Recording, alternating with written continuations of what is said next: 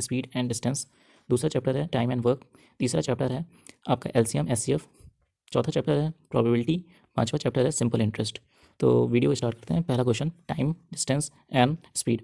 Excluding stoppage the speed of a bus is 54 kilometre per hour and including stoppage it is 45 kilometre per hour. How many minutes does the bus stop per hour. आपको answer जो है वो minutes में चाहिए, ठीक है।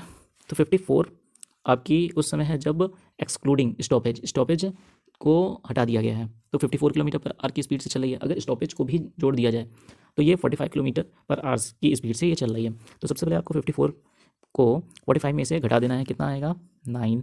फिर आपको एक्सक्लूडिंग स्टॉपेज को नीचे लिखना है 54 और इनटू क्या करना है 60 से मल्टीप्लाई, क्योंकि आपको मिनट में आंसर देना है। तो 9 6 54, 6 10 60। तो आपका आंसर क्या आ जाएगा 10, यानी option A.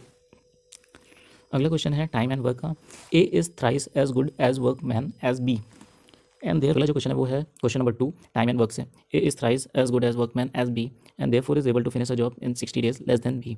Working together they can do it. A की जो एफिशिएंसी है वो बी से 3 गुना है। तो टाइम जो लेगा ए वो 1 लेगा और बी लेगा 3, जबकि यहाँ पे डिफरेंस कितना है 2 का। और यहाँ पे कह रहा है कि ए 60 दिन कम लेता है बी से, 60 दिन कम लेता है। तो ये कितने गुना हो गया 30 गुना हो गया। इसका मतलब जो टाइम लिया है ए के द्वारा वो कितना है 30, इसकी वैल्यू आ गई 30। टाइम इंटू एफिशिएंसी देता है वर्क, तो टोटल वर्क हो गया 30 इंटू 3 यानी 90।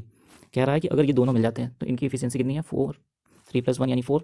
तो कितना आ जाएगा यहाँ से आपका 2 2 = 4, 2 4 = 8, 2 5 = 10 यानी 22.5। आपका आंसर हो जाएगा ऑप्शन नंबर सी। अगला क्वेश्चन है एलसीएम एचसीएफ से। इस तरीके के सवाल को करने के लिए आपको क्या करना है डिफरेंस मेथड। तो देखो 4665 में 1305 माइनस करेंगे, कितना आ जाएगा यहाँ से 3360, ठीक है। 6905 में 4665 माइनस करेंगे तो कितना आ जाएगा 0422। देखो इनमें जो कॉमन आ रहा है वो है 1120, ये आपका नंबर हो जाएगा यानी n, वो ग्रेटेस्ट नंबर हो जाएगा, क्योंकि ग्रेटेस्ट नंबर का मतलब होता है एचसीएफ। तो ये आपका एचसीएफ हो जाएगा। और पूछा है कि n का जो डिजिटल सम होगा वो क्या होगा। तो 2 1 3 1 4 यानी option number C is your right answer. 1 + 1 + 2 + 0 that is 4। Okay.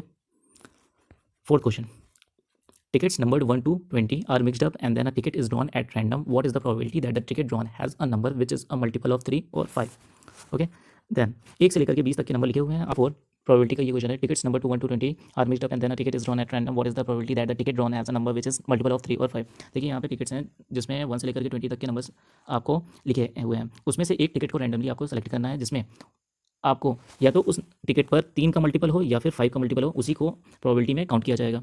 तो देखिए 1 से लेकर के 20 तक में 3 का अगर मल्टीपल खोजा जाए तो क्या आ जाएगा 3 6 9 12 15 18। और अगर मैं 5 का खोजूँ तो कितना आ जाएगा 5 10 15 20। ओके। तो यहाँ पे देख सकते हैं आप जो ये 15 है वो 2 बार आ गया है, तो इसको एक बार काउंट करेंगे। तो 3 को एक बार काउंट किया यानी 1 2 3 4 5 6 7 8 9। टोटल जो हमारे सैंपल जो हमारा था वो तो 20 था और टोटल जो इवेंट्स बने वो हमारे 9 बने। तो 9/20 ऊपर क्या होता है इवेंट्स और नीचे क्या होते हैं जो सैंपल सेट बनता है। ओके। तो हमारा आंसर हो जाएगा 9/20, C option is the right answer. Next आखिरी सवाल है, Mister Thomas invested an amount of 13,900 divided in two different scheme A and B at the simple interest rate of 14% and 11% per annum respectively. If the total amount of the simple interest earned in 2 years is 3,508 rupees, what was the amount invested in scheme B? तो इसको ध्यान से समझ लेना। इस value को तो मैंने बाद में यूज़ करना है, पहले ये समझ लो कि इस वैल्यू को जो मिस्टर थॉमस है वो ए और बी दोनों स्कीम अलग अलग लेकर के इन्वेस्ट कर रहे हैं और 2 साल में उनको इंटरेस्ट मिल जाता है इतना। तो 1 साल में इनको इंटरेस्ट मिलेगा, यहाँ पे 2 से भाग दे देंगे तो ये आ जाएगा 17 5 4 इतना आ जाएगा, ठीक है। अब देखो क्या करते हैं हम लोग, यहाँ पे मान लेते हैं कि ए भी, ये जो ए स्कीम है वो भी हमें 11% ही देता, ठीक है। तो हमारे को इंटरेस्ट कितना मिलता 13900 इंटू 11/100। तो 0 से 0 काट दो, 0 से 0 काट दो, यहाँ पे कितना आ जाता 11 9 99, 11 3 33 42 और यहाँ पे 50, 1529 रुपीज़ आ जाता, जबकि मिलना चाहिए हमें 1754 रुपीज़, ठीक है। तो यानी हमें मिलना चाहिए था ज़्यादा लेकिन मिला है कम। क्यों मिला है कम? क्योंकि हमने यहाँ पे 3% को जोड़ा ही नहीं। अब 3% अगर हम जोड़ देते हैं तो हमारा काम बन जाता। तो ये कहाँ से आ रहा होगा, इसमें जो डिफरेंस आ रहा होगा इसका डिफरेंस आप निकाल लो, क्या आएगा 5 और यहाँ पे आ जाएगा 2 और यहाँ पे आ जाएगा 2, यानी 225 रुपये की जो वैल्यू होगी वो 3% के बराबर होगी। तो 1% की वैल्यू जो होगी वो आपकी होगी 75 ठीक है। 100% की वैल्यू कितनी हो जाएगी 7500, यानी ए ने अगर 14% पर एनम पे वाली स्कीम पर अगर इन्वेस्ट किया होता तो ये 7500 रुपये लगा रहा है।